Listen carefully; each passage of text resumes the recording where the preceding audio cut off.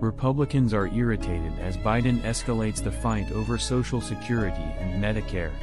Republican leaders urged President Joe Biden to stop telling Americans that the GOP wants to cut Social Security and Medicare during his State of the Union address, which drew boos from the party. Then Biden returned to Florida, exasperating the party and escalating a battle that is set to play out on Capitol Hill and in the 2024 presidential election.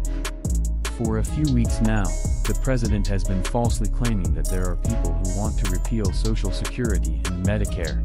And it's been inaccurate for a long time, as you saw last night when he tried to pin it on us. House Majority Leader Steve Scalise, our law, told NBC News one day after Biden's congressional speech. "I just hope he stops going around the country telling that lie because it's not true. We want to strengthen Social Security by terminating many of those government checks to people who prefer to stay at home rather than work," Scalise said, endorsing work requirements for benefits. The next day, at the University of Tampa, Biden blasted Senator Rick Scott, Republican Florida, for proposing a plan that would sunset Social Security and Medicare every 5 years.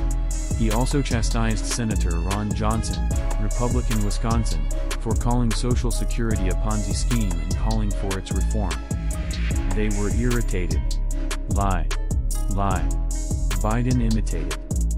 House Speaker Kevin McCarthy, Republican California, has urged Biden to support spending cuts while exempting Social Security and Medicare. There is no bill with GOP support to change those programs, though there are several proposals to reduce their scope over time. According to the White House, Biden will continue to criticize Republican plans. Biden's criticism stems from a policy agenda released by Scott, then the head of the Senate Republican campaign arm, last year. All federal legislation sunsets in 5 years, according to the agenda. If a law is important enough to keep, Congress can pass it again.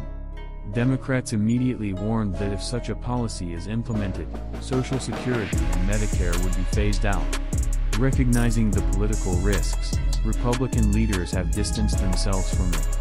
But Biden has persisted in using that and other GOP candidates' comments on so-called entitlements to divide them from voters who rely on the programs. Biden advisors also cite the Republican Study Committee's 2023 budget, which proposes raising the Social Security eligibility age to account for changing lifespans and slowing the growth of benefits over time. It also includes Medicare premium support for private plans, mirroring a contentious idea proposed by former Speaker Paul Ryan last decade that became a campaign issue in 2012. Republicans don't like it when they're called out on it, Biden said. Many Republicans' dream is to cut Social Security and Medicare. Let me tell you something, if that's your dream, I'm your nightmare. The ideological divide between Democrats and Republicans. Biden's State of the Union address and subsequent trips are seen as a warm-up for his widely anticipated re-election campaign, in which he intends to portray Republicans as a threat to Social Security and Medicare, the crown jewels of the Democratic-led New Deal and Great Society, capitalizing on decades of attempts to restructure, privatize, or reduce long-term spending on the popular safety net programs. Democrats seized on the issue with some success in the 2022 midterm elections, and it now takes center stage. It's a smart play for the short term in the debt limit fight, and it's an even smarter play as we approach the 2024 re-election, said Scott Muehlhauser, a former top Biden aide who has worked on campaigns and in government. It moves voters, seniors, allegiances, and alliances, and it resonates. The political squabble means that Washington is delaying a decision on how to resolve the program's long-term finances. According to trustee reports, Medicare's trust fund is fully solvent until 2028, after which payments will be reduced, and Social Security is solvent until 2035. After that, scheduled benefits would reduce.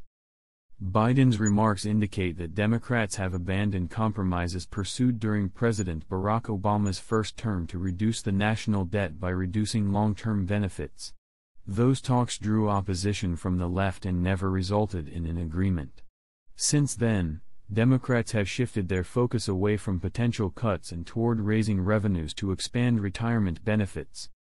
It reflects a growing schism among Republicans, who continue to rule out new taxes to fund benefits and instead believe that spending must be cut in the long run. Biden has supported raising the payroll tax cap on higher income earners in order to increase Social Security payments. He attempted to expand Medicare benefits for dental, vision, and hearing services, but was thwarted by a few centrists, most notably Senator Joe Manchin, D.W. Virginia. "I have no idea what his motivation was, but I'm sick of his lies," said Representative Beth Van DeWine, Republican Texas, who looked perplexed in the House chamber as Biden launched his attack on Republicans in his State of the Union address. He has heard on numerous occasions that Republicans are not looking to cut programs, but rather to protect them.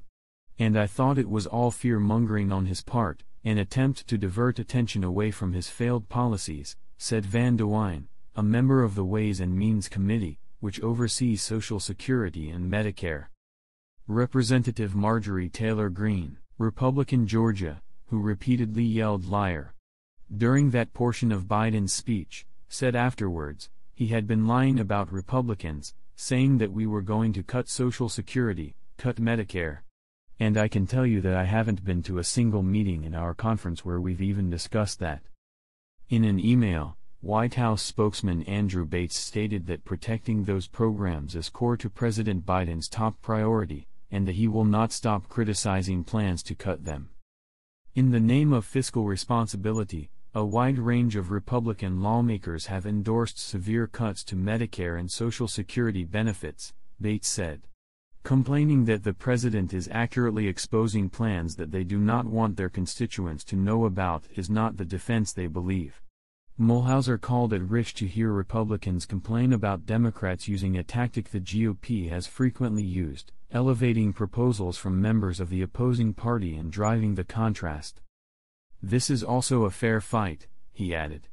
"This is especially true when Republican positions are codified, documented in print, and introduced in legislation.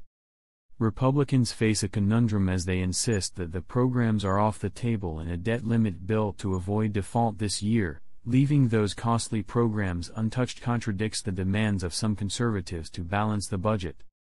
Biden's decision to emphasize Social Security and Medicare has also heightened tensions within the Republican Party, most notably between Scott and Senate Minority Leader Mitch McConnell, RKY, whose advisors accuse the Florida Republican of undermining GOP candidates in the 2022 election. "It's just a bad idea," McConnell said of Scott's agenda on Thursday. "I believe it will be difficult for him to deal with this in his re-election campaign in Florida, which has more elderly people than any other state in America." Scott, who has maintained his agenda and accused Biden of lying about it, claimed on Friday that McConnell was supporting the Democratic president. "He's supporting Biden again," Scott said. "He doesn't think we should have a plan."